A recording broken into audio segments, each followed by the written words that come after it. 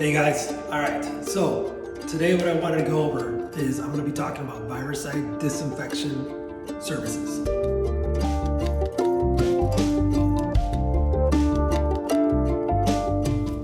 I wanted to give you guys a breakdown of how pricing works. Again, all this is how we're doing it and we're operating and performing the services. Of course, following CDC guidelines, EPA guidelines and all that, right? Unprecedented times right now. COVID-19, nobody could have predicted this. We're in the situation that we're in. So us as commercial cleaning companies, we are an essential service.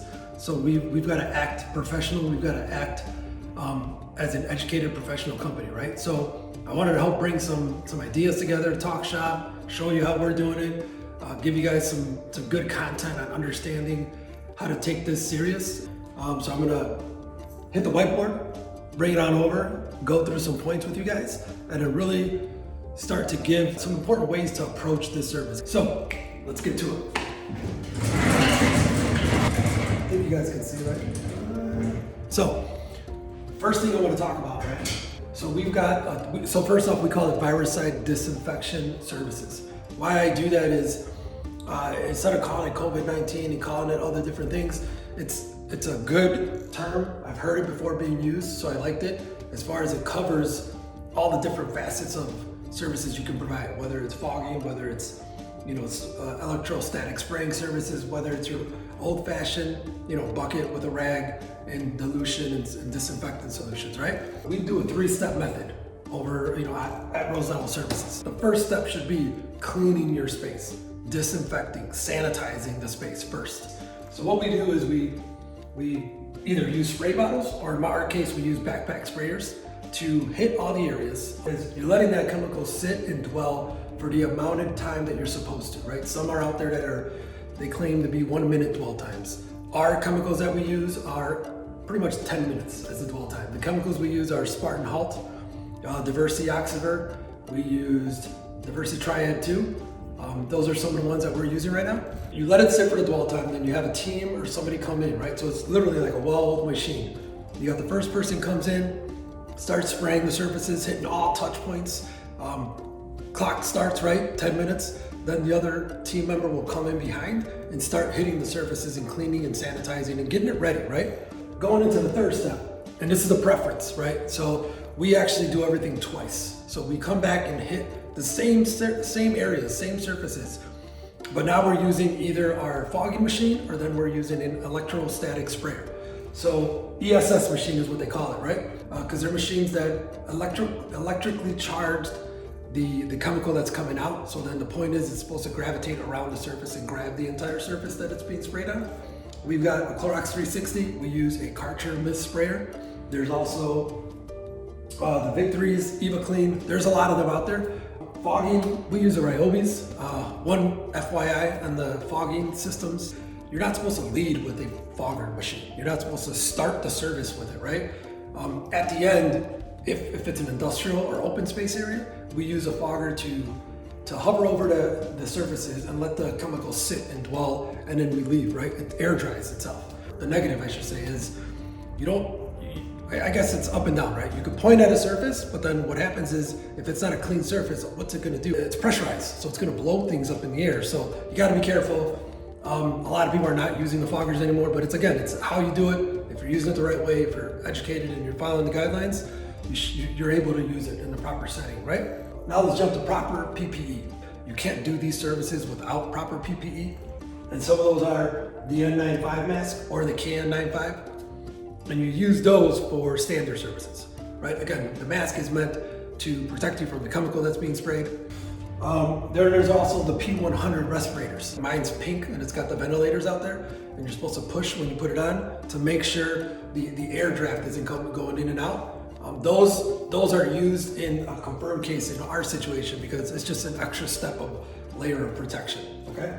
Suits, Tyvek suits.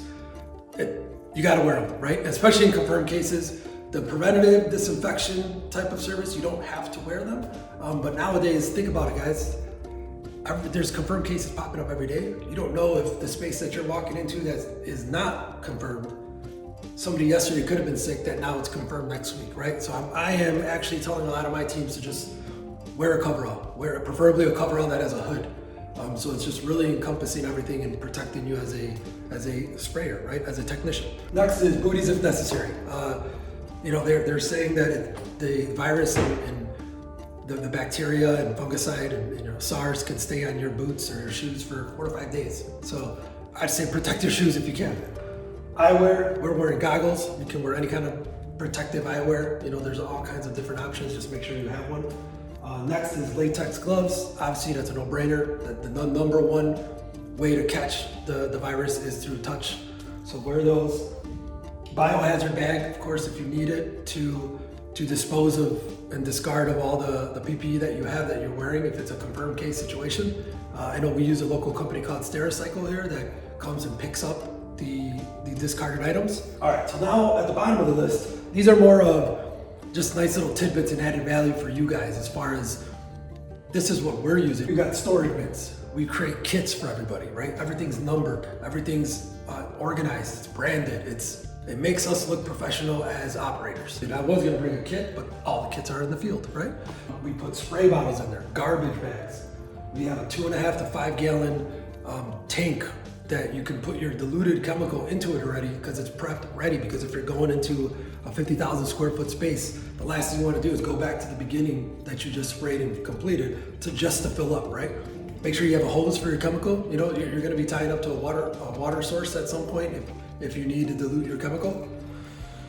Dilution hose head, again, just another added value to have the proper utensils and supplies to get the job done efficiently, right? And last but not least, have your SDS sheets for your chemicals. In case the client ever asks any questions, you've got it, right? Now, moving over to types of service. We've pretty much have categorized it as 2 different services. So you've got the standard disinfection service protocol that you're going into, right? It's not a confirmed case, it's just that they want that extra layer of disinfection being done. And then the second is decontamination for a confirmed case. Because what are you doing when it's a confirmed case? You're really decontaminating the entire area.